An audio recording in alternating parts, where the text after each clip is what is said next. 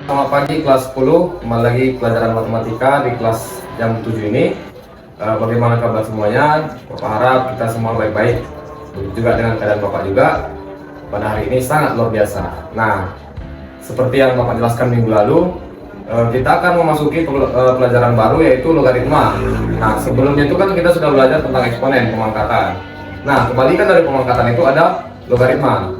Nah, pada pagi hari ini Bapak akan menjelaskan tentang pengertian sifat tentang logaritma. Kita masuk pada pengertian logaritma.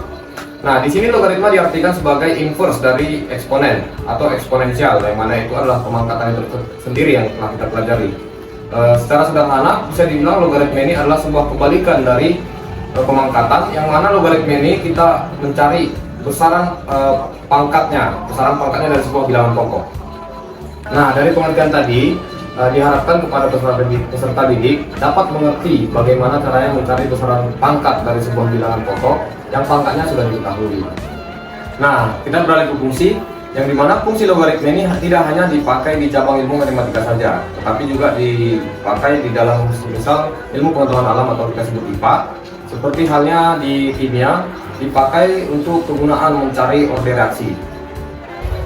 Nah, sekarang kita sangkut pautkan dengan kehidupan kita sehari-hari. Bahwasanya logaritma juga nih punya hubungan yang erat dengan kehidupan kita sehari-hari sebagai manusia, baik sebagai guru ataupun sebagai siswa atau peserta didik. Nah, bentuk bentuk dasarnya itu ada A log B sama dengan C, yang mana A adalah basis dan sebuah bilangan pokok, dan ini nilai, dan ini adalah merupakan domain dari sebuah logaritma. Oke, sekarang kita masuk ke sifat-sifat logaritma, yang mana ada 9 sifat logaritma secara umum, tapi ada 3 sifat pokok pada logaritma. Nah, yang ketiga ini Bapak jelaskan. Yang pertama, A log A pangkat N sama dengan N. Dan yang kedua, A log A sama dengan 1. Dan yang ketiga, A log 1 sama dengan 0. Ini merupakan sifat-sifat pokok atau memang sudah ketentuan untuk logaritma. Untuk sifat yang keempat itu ada penjumlahan, yaitu misal begini: A log B ditambah A log C, maka hasilnya sama dengan A log B dikali C. Nah, untuk penjelasan sifat nomor 4 ini, ketika ada penjumlahan dua bilangan logaritma dengan nilai basis yang sama, maka nilainya dikalikan untuk hasilnya, dan basisnya tetap. Seperti ini, A logaritma B ditambah A di log C, maka hasilnya itu sama dengan A nya tetap ketika basisnya ini sama penjumlahannya, A nya tetap logaritma B dikali C, itu nilainya tadi. Contoh nomor 4, kita ambil bilangan seperti 2 log 3 ditambah 2 log 5 misalnya. Nah, di sini kan kita mempunyai contoh bilangan yang mana basisnya ini sama antara bilangan pertama dan bilangan kedua, dan adanya penjumlahan. Ada proses penjumlahan.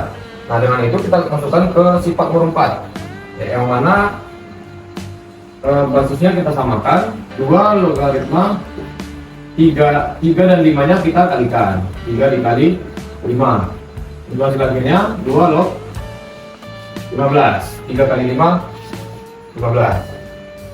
Oke, kita masuk ke sifat nomor 5, yang mana ini tadi penjumlahan. Sekarang kita masuk ke pengurangan.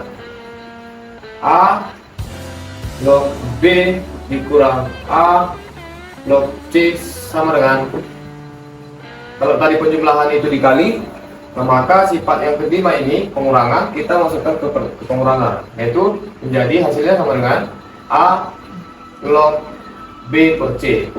Nah, untuk contohnya kita ambil misalnya 2 log 8 dikurang 2 log 4 misalnya. Nah, ini basisnya sama, maka kita turunkan menjadi ini bentuk sederhananya tadi, jadi 2 log 8/4, yang mana 8/4 sama dengan 2 log 2 sama dengan, ini kita kembalikan lagi tadi ke sifat nomor 2. Berarti ada sifat logaritma di dalam sifat logaritma yang lain seperti itu. Berarti 2 logaritma 2 menjadi hasilnya 1. Yang selanjutnya yaitu A, rumusnya seperti ini ya, A log B dikali B log C, maka hasilnya adalah A log C. Nah, untuk penjelasannya seperti ini. Ketika basis dan nilai ketemu dalam dua bilangan perkalian yang sama, maka hasilnya itu adalah A log C, yang mana A adalah basis bilangan pertama dan C-nya ini diambil dari nilai dari bilangan kedua. Nah, untuk sederhananya seperti ini. Ketika ketemu nilai dan basis yang sama di dalam dua pertemuan, dalam dua bilangan, perkalian bilangan, maka ini bisa dicoret saja. Nah, setelah itu kita dapat hasilnya A log C. Untuk contoh nyatanya, kita buat misalnya 2 log 3 dikali 3 log 4 misalnya. Nah, untuk itu ini bisa disederhanakan bentuk yang ini menjadi 2 log, karena ini sama maka kita coret, bisa menjadi 4. Berarti 2 log 4, yang mana 2 log 4 adalah 2 pangkat 2. 2 log 4 sama dengan 2 log 2 pangkat 2, yang mana 2 log 2 adalah 1, maka hasilnya adalah 2, ini sendiri, pangkatnya sendiri. Dan selanjutnya itu pembagian. Untuk bentuk umumnya itu seperti ini, A B dibagi A log C.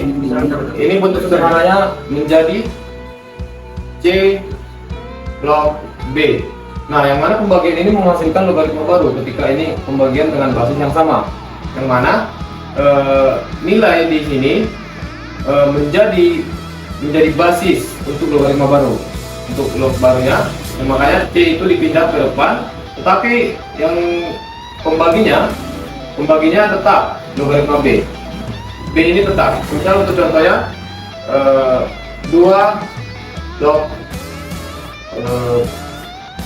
4 dibagi 2 log 6, ini kita bisa simpulkan bahwasanya pembaginya yang ini dipindahkan ke depan menjadi basis, yaitu 6 log, sedangkan logaritma yang baru ini hanya diambil dari sini semua, tidak ada yang berubah menjadi log 4. Ini saja yang berganti, karena itu berlaku ketika basisnya sama, baik ini entah 2 atau 3 log 4 dibagi 3 log 6, yang penting basisnya sama, maka ini harus pindah ke depan.